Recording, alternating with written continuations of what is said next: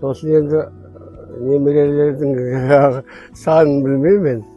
Әйтеуір дүниеге алып келген сайын қуанамыз. Сосын санамайды ғой. Жарықтық бала деген адамның өмірі ғой, жалғасы. Жақсы өмір сүрдік енді. Бірақ соның бәрі еңбек екен. Күш. Еңбек. Шаршайсың.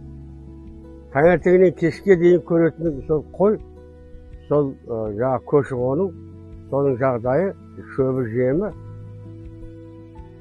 Соның бәрін атқардық.